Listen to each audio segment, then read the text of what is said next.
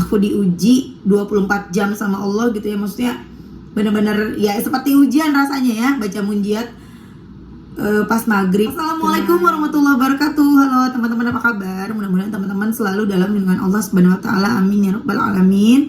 Alhamdulillah, kali ini aku akan sharing lagi pengalaman salawat, tapi kali ini aku akan cerita pengalaman salawat aku lagi. Tapi teman-teman sebelumnya yang belum beli buku ini, jangan pernah lah dan nikmati setiap salawat. Teman-teman bisa cari di Gramedia atau teman-teman bisa beli ke admin 0812 9875 7860. Mulai ready-nya tanggal 27 insyaallah. Teman yang punya testimoni salawat, jangan lupa kirimkan testimoni teman-teman ke 0813 1543 0565. Oke, aku akan cerita nih teman-teman ya.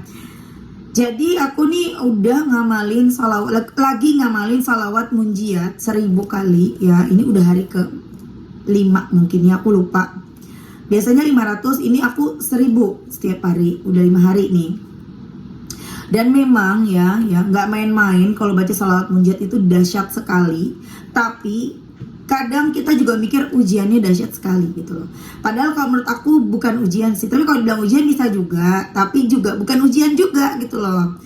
Nah, dulu waktu aku berapa bulan yang lalu, bulan Februari, aku baca munjiat 1000 kali. Di hari ketiga aku baca munjiat 1000 kali, aku keguguran teman-teman. Kalau aku tidak melihat dengan iman, aku akan mikir, kok malah begini gitu loh. Sehat-sehat tiba-tiba keguguran gitu. Aku kan gak pernah tahu ya, Allah yang lebih tahu. Mungkin kandunganku ini kurang sehat, mungkin kalau terus berlanjut akan jelek, bukan akan buruk gitu ya, akan bagaimana gitu. Makanya sama Allah dilindungin, ya udah lebih baik keguguran kan gitu. Kalau kita melihatnya dengan iman. Nah kemudian baru berapa hari ini aku baca salawat munjiat 1000 kali setiap hari. Ya nggak mudah ya teman-teman ya. Padahal aku kangen banget tuh baca salawat Jibril 15.000, 10.000, tapi aku juga pengen munjiat gitu loh. Ya udah aku fokus munjiat 1000, salawat Jibril sisanya. Kemudian di hari di hari ketiga teman-teman aku baca munjiat, aku diuji lagi. Ya yang aku bilang tadi, ini bukan ujian sebenarnya, ini pertolongan. Tapi lebih pertolongannya tuh yang membuat kita tuh kayak ya diuji juga gitu. Rasanya seperti diuji gitu kan. Aku kan punya TikTok shop teman-teman ya. Teman-teman yang ngikutin aku di TikTok, jadi seperti ini TikTok shop. Tahu lah ya teman-teman yang punya TikTok pasti tahu. Bentar aku kasih lihat TikToknya. Nah, TikTok shop ini nih teman-teman ya. Ini kelihatan nggak? Nih yang ini. Mana sih? Nih yang ini nomor sebelah 2 ini, terus ini keduanya. Ini tuh namanya keranjang belanja ya, TikTok shop buat aku jualan gitu ya. Bukan aku yang jualan, tapi aku affiliate.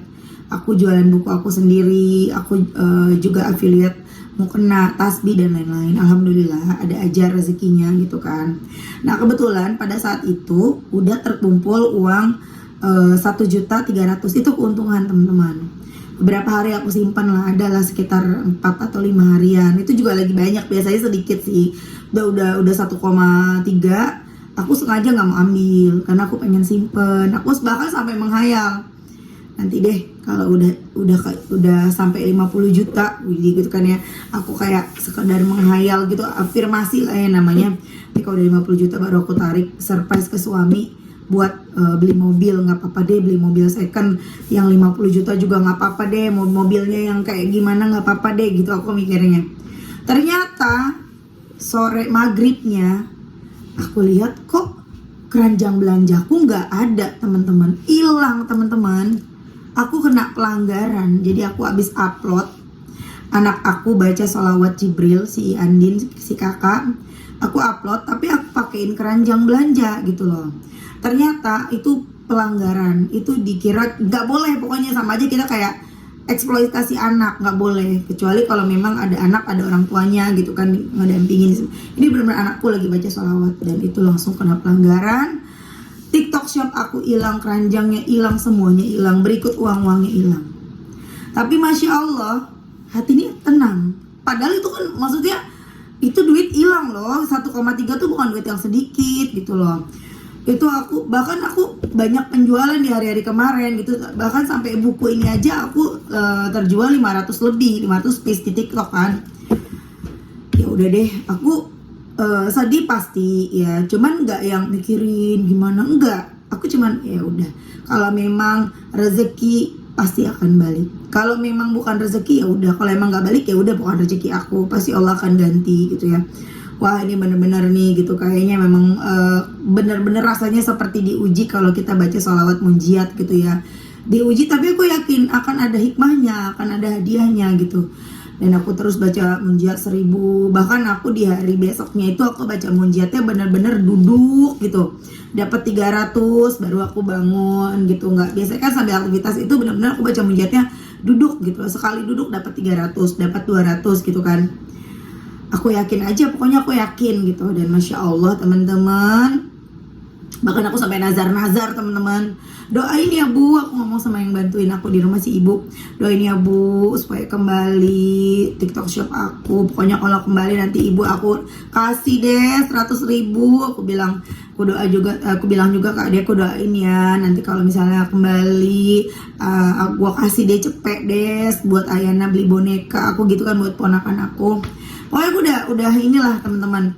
Dan Masya Allah, aku diuji 24 jam sama Allah gitu ya. Maksudnya bener-bener ya seperti ujian rasanya ya, baca munjiat pas maghrib kena blokir, maksudnya hilang TikTok shop. Besoknya habis sholat maghrib TikTok shop aku kembali lagi. Masya Allah, pas aku buka handphone, aku buka TikTok, lihat loh kok ada pemberitahuan monetisasi. Kan aku nggak punya TikTok shop gitu loh, nggak ada keranjang belanjanya. Dan ternyata Masya Allah udah kembali, uangnya juga nggak hilang teman-teman. Masya Allah ya. Dan di sini bisa diambil hikmahnya. Kalau melihat dari kacamata iman ya benar-benar memang itu pertolongan teman-teman ya. Seperti ujian ya, memang ujian juga sih ya. Kita diuji hati kita, masih mau baca sholawat nggak? Jangan-jangan kita malah nyalahin sholawat gitu loh. Jangan-jangan malah nyalahin sholawat munjiat nih kan gitu. Tapi pada saat itu aku tetap bersyukur, tetap bersabar. Dan memang beda banget ya kita orang sholawatan tuh hatinya tenang ya. Padahal kan itu masalah yang menurut aku itu lumayan besar ya teman-teman.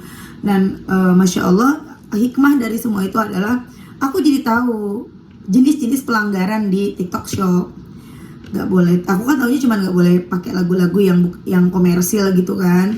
Jadi selain lagu juga nggak boleh tuh kalau kita lagi pakein keranjang belanja terus kita tulis. Jadi aku selama beberapa hari ini ngiklanin buku aku sendiri, aku klik keranjang belanja juga, tapi aku tulis juga bisa beli di WhatsApp, bisa PO ke admin di WhatsApp.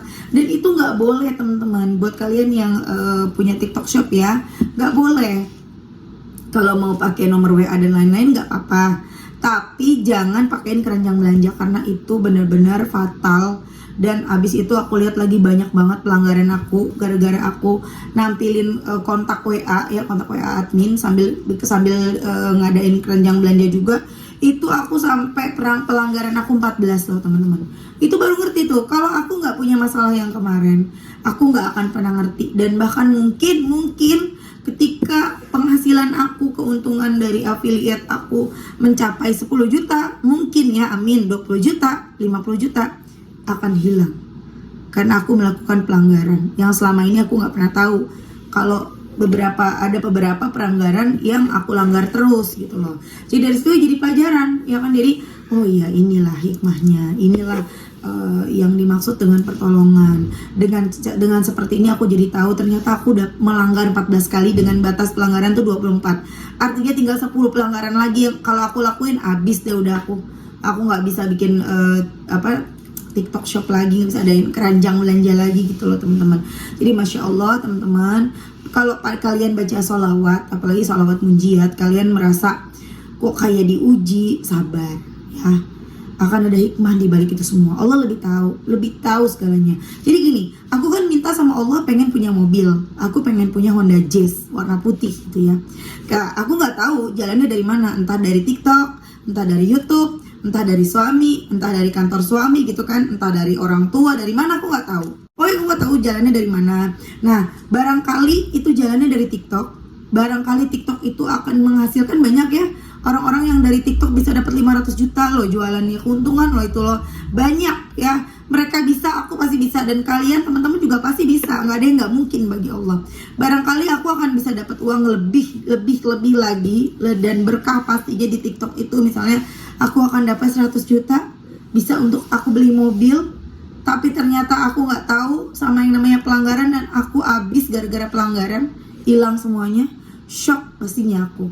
Makanya sama Allah aku dikasih tahu aku kena pelanggaran, terus dihilangin TikTok Shop aku supaya aku belajar.